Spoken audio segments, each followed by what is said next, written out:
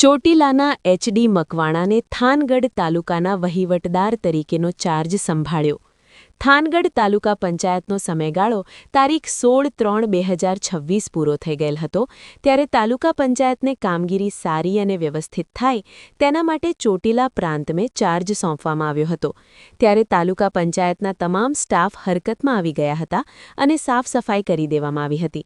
જ્યારથી સાંભળવામાં આવ્યું હતું કે ચોટીલા પ્રાંત અધિકારીને થાનગઢ તાલુકા પંચાયતનો ચાર્જ સોંપવામાં આવ્યો છે, ત્યારે થાનગઢના તમામ સરપંચો અને અનેક રાજકારણી આગેવાનની ઘબરાટ ફેલાઈ ગયો છે.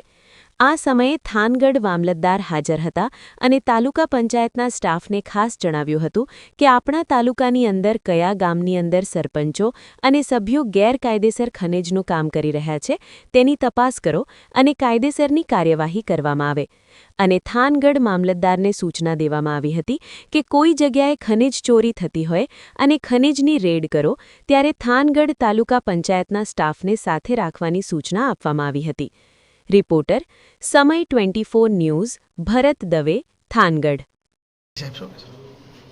આજે તાલુકા પંચાયત કચેરી થાનગઢ ખાતે આવીને વહીવટદાર તરીકેનો ચાર્જ સંભાળ્યો છે.